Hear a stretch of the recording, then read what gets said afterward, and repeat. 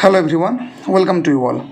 So as you already know, we are continuing the video lectures on the topic of instrument transformer. On that particular topic, we have given a video on current transformer, and on that particular video, we have done all the details, calculations, including the phasor diagram of current transformer, and we know how to measure the transformation ratio and phase angle of the current transformer. Now the same thing has to be repeated for the potential transformer also. Now before going into that, we need to know a little bit about the function and the utility of potential transformer, and as a whole what is the necessity of current transformer and potential transformer, that is CT and PT, and why we need to understand this topic and why it is important in the field of engineering. So let's get into the topic directly. So today we are discussing potential transformer.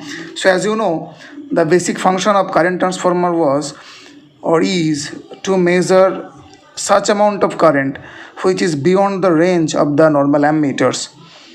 So similarly, in case of potential transformer, we use it to measure that amount of voltage which is beyond the range of the voltmeters. So how to do that? The operation of the principle of the potential transformer is very simple.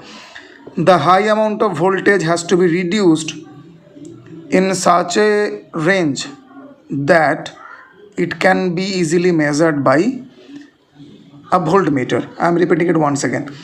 The purpose of the potential transformer is to bring down the high amount of voltage applied at the primary winding side into a relatively lower range in the secondary winding side, so that it can be easily measured by the voltmeters. So you can find it is written here in a very simple language. It reduces the high voltage of the primary winding side into a suitable range at the secondary winding side, which can be measured by voltmeter. So normally we have a practice. The practice is that we reduce the secondary winding voltage in this range, 120 volt to 110 volt, and we know this is the range of the voltage which can be easily measured by any kind of voltmeters that we have learned till now. Okay. So that is the basic thing. It is basically a step down transformer which reduces the high amount of voltage at the primary winding into a relatively low amount of voltage at the secondary winding, so that it can be measured by any kind of voltmeters easily. And the normal practice is to maintain the secondary winding voltage in this range. So this is the basic diagram I have already drawn. So suppose this is the load and this is the voltage that we want to measure, and assume this voltage is relatively high. It can be in the range of kilovolts, 100 kV, 1000 kV, in this range. So that is beyond the limit of the normal voltmeters by which we can measure any kind of voltage. So the solution gives us the use of potential transformer. So this portion is the potential transformer. As you already know, the function of the potential transformer is to reduce the high amount of voltage at the primary winding into relatively low amount of voltage in the secondary winding circuit. So you can find the number of turns in the primary winding is higher, number of turns in the secondary winding is much lower with respect to the primary winding. So it's a step down transformer which reduces the high amount of voltage in the primary winding into relatively low amount of voltage in the secondary winding. Now this voltage is normally available in this range, so this can be measured by any kind of voltmeter. So we have connected a voltmeter. So this is how the potential transformer actually works. Now what is the major benefit of CT and PT? First thing is that they can measure that amount of current and voltage which is beyond the range of the ammeters and voltmeters. That is one thing. Second thing, you can find if this is the measuring circuit, because this one contains the voltmeter. In case of CT, this one contains ammeter. So this is the measuring circuit. Now this measuring circuit is electrically isolated from this section which carries the relatively high amount of current. So that is the beauty of this topic. It can measure high amount of current and voltages with a system which is electrically isolated from the circuit which is containing high amount of current and voltages. So these are the two major advantages due to which CT and PT is widely used till today. Now, so already we know that by using CT we can measure high amount of current. Now we have learned by using PT we can measure high amount of voltage. So that means we can measure power also by using CT and PT. So that is the second topic that I want to explain here, that measurement of power by using CT and PT. So the topic is very simple. Suppose this is the load which is connected with the terminal which has high amount of voltage and obviously high amount of current. So what is the amount of power consumed by this load can be measured by CT and PT. Remember, we are talking about that particular range of power which is beyond the range of normal wattmeters that we know till now. So we know CT is connected in series with the load, and as the function of the potential transformer is to measure voltage, so it is always connected across the load or in the parallel connection with the load. So PT is connected in parallel with the load. So this is the primary winding of the CT. We know in case of CT, the primary winding has very less number of turns because it is basically a step up transformer, where PT is basically a step down transformer. So here the less number of turns of the primary winding of CT is connected in series with the load, and the high number of turns of the PT is connected in parallel with the load. And here the secondary winding voltage increases, in turn that reduces the secondary winding current. So that limit of the current already we know is in the range of 5 amps. We reduce the secondary winding current in a range which is up to 5 amps, that can be measured by any kind of ammeters. So in this way this CT is used to measure the current flowing through this load, and in this way we know we have used this PT, which is basically a step down transformer which reduces the secondary winding voltage into this range 110 volt, which can be measured by this voltmeter. So by using CT we can measure current, by using PT now we can measure the voltage applied across this load. So the multiplication of these two reading gives us the power consumed by this load. Now here we have measured the power by using ammeters and voltmeters, where ammeter is connected in the secondary terminal of the CT and voltmeter is connected at the secondary terminal of PT. Now we can replace this ammeter and voltmeter by a conventional wattmeter that we know till now. So this is the diagram for that. We know in case of wattmeter, we know the construction of the wattmeter. We have studied about electrodynamometer type of wattmeter. So we know there it has two coil. One is called current coil. This one is the current coil. And this is pressure coil, PC. And we know that current coil is connected in series with the load, so that just like this one in series with the load, so that it can measure the current. And potential coil is connected across or in parallel with the load, so that it can sense the voltage drop available across the load. So here this one is the current coil, this one is the pressure coil. We know pressure coil has relatively high amount of resistance, so we have represented the pressure coil by this notation of the resistance, because we know the resistance of this pressure coil is quite higher.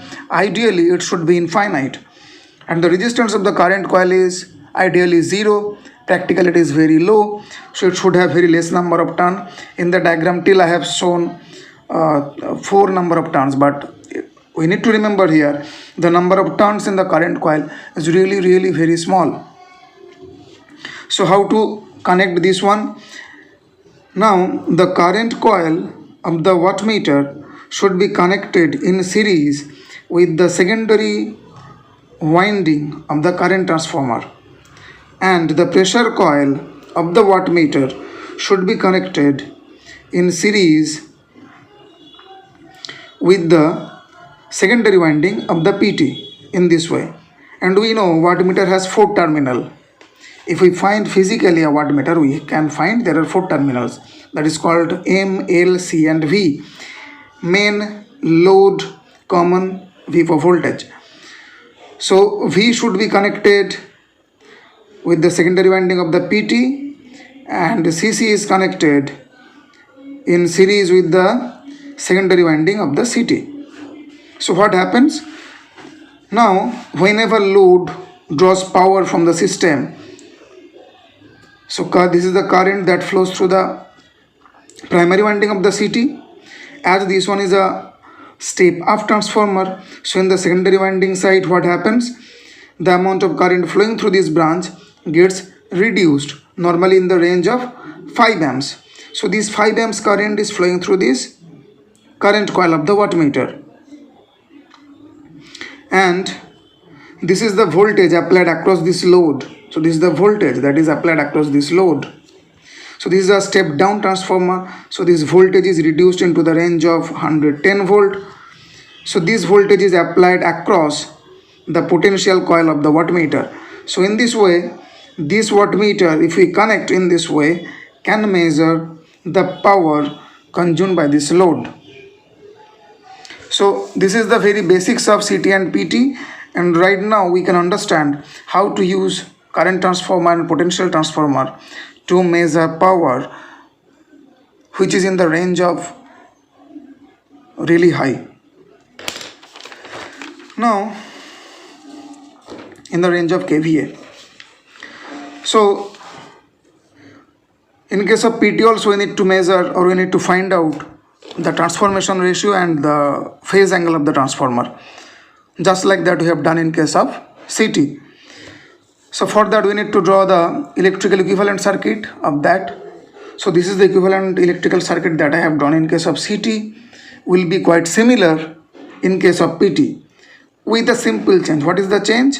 The number of turns here will be a different one, because we know PT is a step down transformer. So the number of the turns in the primary winding will be higher, number of turns in the secondary winding will be lower, except that all the elements will be same in case of PT, because electrical equivalent circuit does not depend upon whether the transformer is a step up or step down, irrespective of this portion only. So obviously the phasor diagram of PT will be quite similar that we have drawn in case of CT. So this kind of diagram. But here two changes we need to remember. What is that? Number one, in case of CT, the secondary winding current is IS. The extra amount of current that needs to flow through primary winding to compensate IS is given as NIS, where N is the turns ratio. In case of PT, this one has a value of IS divided by N. So these are the differences. In case of CT, I'm writing here, in case of CT, IS prime is N into IS, and in case of PT, IS prime, there is the reverse current of secondary winding current, or you can say the extra amount of current that needs to flow through the primary winding to compensate secondary winding current is given by IS divided by N. This is for CT, this is for PT. And another thing we need to remember, if we take the reverse of the VS, secondary winding voltage, because that will be very important when we are going to derive the equations of transformation ratio for PT, then we need to take the reverse of VS. So in case of CT, the reverse of VS, if we represent that one as VS prime, is the value of VS by N, and in case of PT, the reverse of VS is given as N into Vs. So these are the only differences that will come into picture when we are going to describe potential transformer and when we want to derive the equations of potential transformer, that is a transformation ratio and phase angle. And in the next video I will do all the details calculations to find out transformation ratio of the potential transformer along with the phase angle, because if I do that one with this video, the video will be a relatively lengthy one, because the calculation of PT is relatively difficult and a tedious job. So Stay tuned with the topic, and I will come with another video which has all these calculations of PT. So hopefully the basic concept of CT and PT is understandable. Thank you for watching. Thank you.